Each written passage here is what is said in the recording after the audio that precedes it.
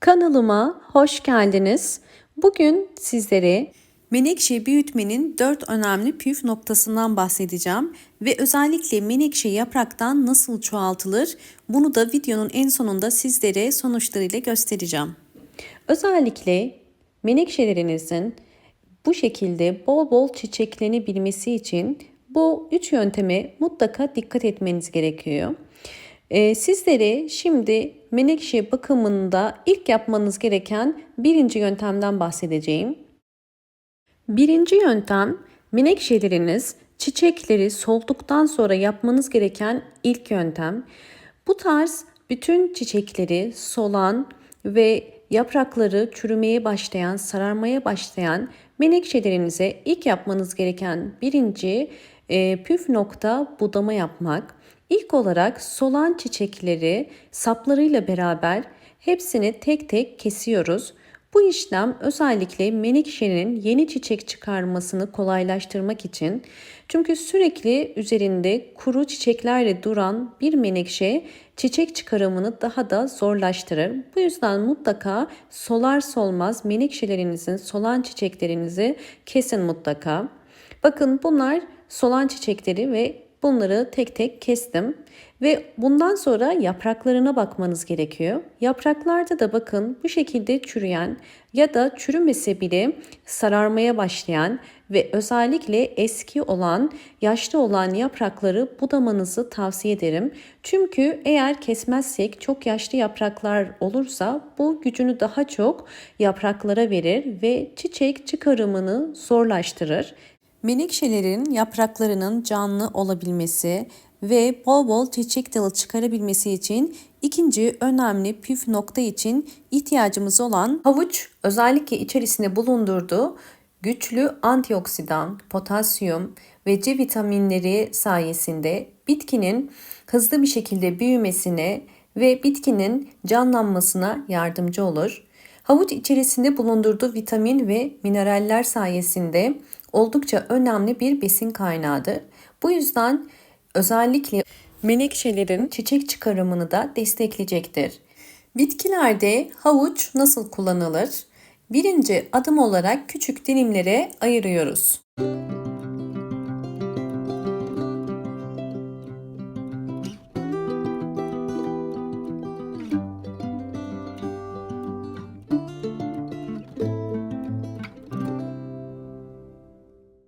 Küçük dilimlere doğradığım havucu robotun içerisine koyup püre haline getireceğim. Evet, üzerine 200 mililitre su koyuyorum ve daha sonra robottan geçireceğim.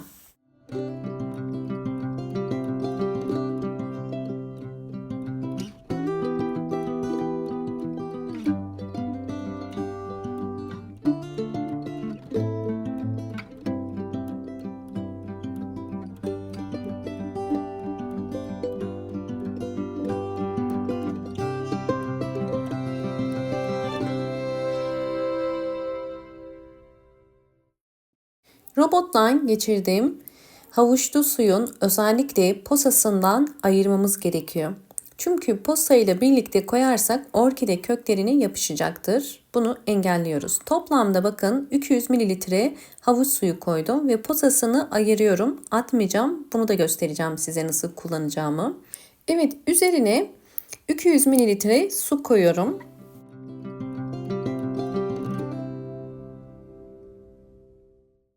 Evet, almış olduğum posayı da boş bir şişenin içerisine bu şekilde koyup üzerine çeşmede su koyacağım ve bunu bir gece bekletip yine orkidelerinize ya da evdeki bütün çiçeklerinize sıvı bitki besini olarak verebilirsiniz. Posayı da ziyan etmemiş olacağız. Hemen diğer hazırladığım tarifi çiçeklerimde kullanacağım.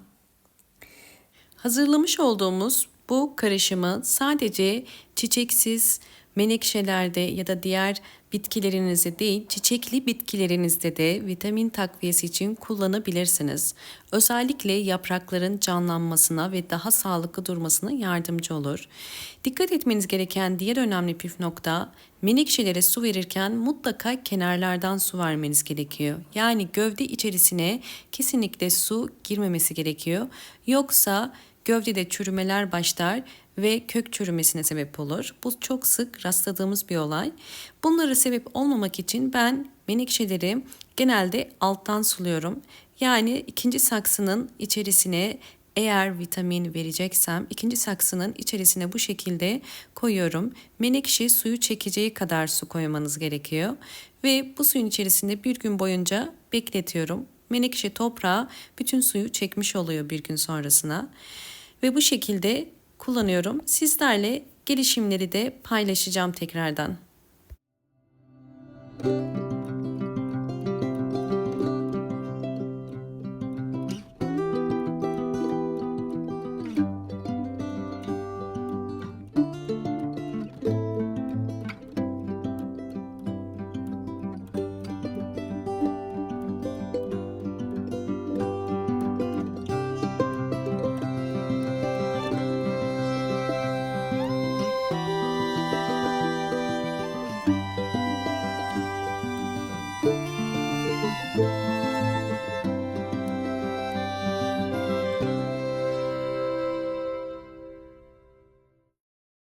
Menekşelerimin son hali bol bol çiçekli.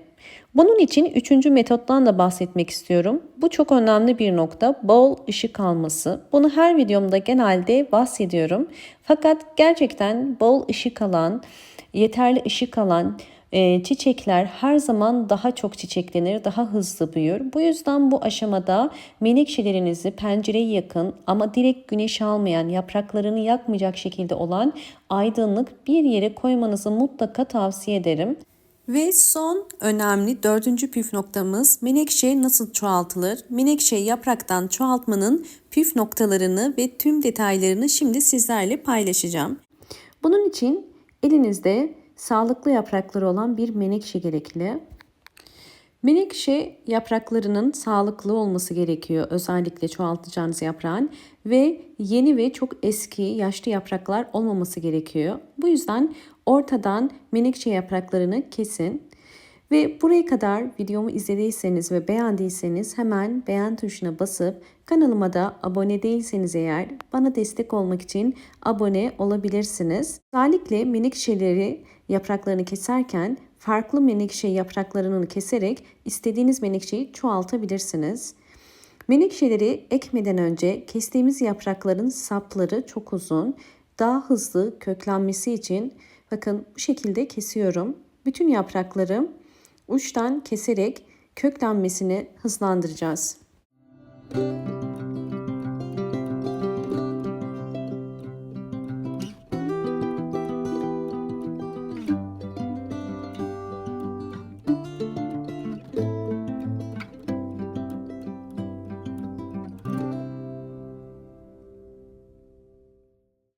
Bu şekilde sadece yaprakların sap kısımlarını toprağın içerisine koyuyoruz. Toprağınızın da torflu, suyu geçirebilen bir toprak olması önemli. Diğer bütün yaprakları da aynı şekilde ekeceğim.